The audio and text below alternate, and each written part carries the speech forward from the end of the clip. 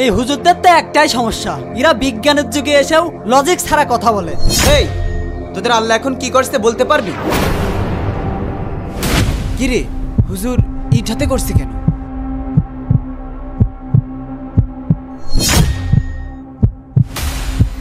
এই যে আপনাদের উত্তর। ভাই আপনার প্রশ্নের উত্তর লাগবে না, এদিকে আসেন। কি করছেন আপনি? মারেন না। উড়ি আল্লাহ রে, মাথা ফাটাই ফেলছিস। আল্লাহ এখন কি করছে না? উড়ি আল্লাহ রে।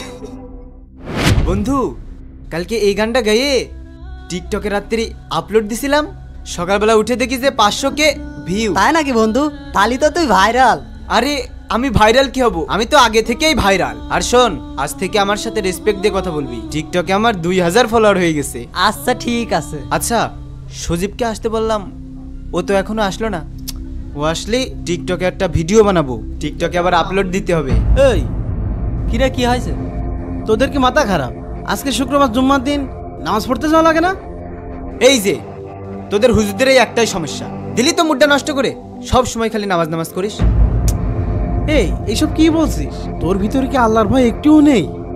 বুঝলাম না, এখানে আল্লাহকে ভয় পাওয়ার কি হলো? আল্লাহ কি এখানে এসে বসে আছে? এই হুজুরদের তো একটাই সমস্যা, এরা বিজ্ঞানের যুগে এসেও লজিক ছাড়া কথা বলে। এই তোদের আল্লাহ এখন কি করছে বলতে পারবি? লজিক ছাড়াই কথা বলে। ইবলিসকে নাকি জাহান্নামের আগুনে পুরাবে, ও তো নিজেই আগুনের তৈরি, ওকে কিভাবে জাহান্নামের আগুনে পুরাবে? আচ্ছা থাম, ওই যে হুজুর আসতেছে, হুজুরের কাছে শোন। হুজুর আসসালামু আলাইকুম। ওয়ালাইকুম আসসালাম। ভাই হুজুর আপনার কাছে দুইটা প্রশ্ন আছে। এই তুই থাম, আমি প্রশ্ন করছি। হুজুর আপনার কাছে আমার দুইটা প্রশ্ন আছে। জি ভাই বলেন। আপনার আল্লাহ এখন কি করছে বলতে পারবেন? বলবে কিভাবে? আল্লাহকে কখনো দেখেছে? আর আপনারা যে বলেন ইবলিশকে জাহান্নামের আগুনে পুরাবেন, ও তো নিজে আগুনের তৈরি, ওকে কিভাবে আগুনে পুরাবেন?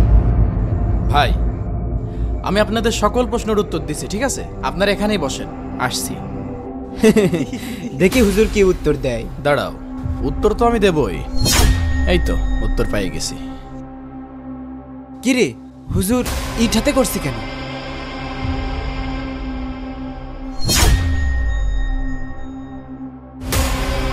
ভাই উত্তর পেয়ে গেছি। ভাই আপনার প্রশ্নের উত্তর লাগবে না, এদিকে আসেন। কি করছেন আপনি? এই নিন। মারেন না। উড়ি আল্লাহ রে, মাথা ফাটাই ফেলছিস। আল্লাহ এখন কি করছে না? উড়ি আল্লাহ রে। ভাই ভাই একটা ভ্যান ডাকেন। হুজুর এটা আপনি কি করলেন? আপনাকে ডাকলাম সমাধানের জন্য, আর আপনি কি করলেন এটা? আপনি চুপ থাকেন। মাথা ফাটে গেছে রে। লজ্জা থাকলে আর কোনোদিন এই ধরনের প্রশ্ন করবি না। ভাই ডাক্তারের কাছে নিতে হবে, তাড়াতাড়ি চলেন ভাই। হ্যাঁ চল চল। উড়ি আল্লাহ রে, মাথাটা দুই ভাগ করে ফেলাইছে রে। কি মারাই মাইরিছে রে। হুজুর তাহলে কি সত্যিই আপনি ওকে মেরেছেন? জি চেয়ারম্যান সাহেব। আপনি প্রশ্নের উত্তর দিতে পারেননি, এই জন্য ওকে মারবেন নাকি? কই, আমি তো ওনার প্রশ্নের উত্তর দিয়েছি। উনি প্রথম প্রশ্ন করেছিলেন আল্লাহ তাআলা এই মুহূর্তে কি করছেন, তা আমি ওনাকে মারার মাধ্যমে সেই প্রশ্নের উত্তর দিয়েছি।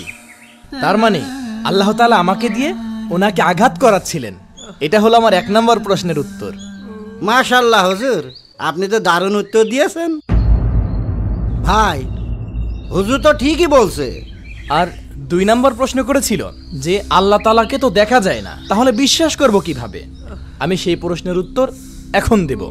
তার আগে ভাইয়ের ব্যথাটা কেমন একটু চেক করে দেখি। দেখি ভাই কেমন ব্যথা। উমারে দূর মিয়া। ভাই আমি তো একটু ব্যথাটা দেখতে চাচ্ছিলাম কেমন ব্যথা। মাইরিয়ে নিয়ে এখন আবার ব্যথা চেক করবে? ব্যথা কি দেখা যায়? এই তো ভাই, ব্যথা দেখা যায় না, অনুভব করা যায়। চেয়ারম্যান সাহেব বুঝতে পেরেছেন?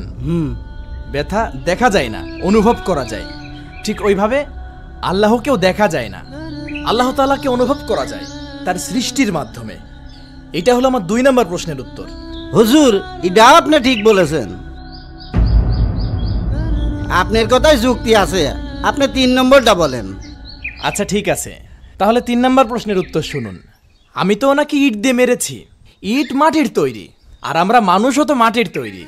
তাহলে মাটি দিয়ে যদি মাটিকে আঘাত করা হয় ব্যথা লাগে কেন? ঠিক একইভাবে ইবলিস তো আগুনের তৈরি, জাহান্নামের আগুনের ভিতরে ইবলিসকে ফেললে ইবলিসও কষ্ট পাবে। এটা হলো আমার 3 নম্বর প্রশ্নের উত্তর।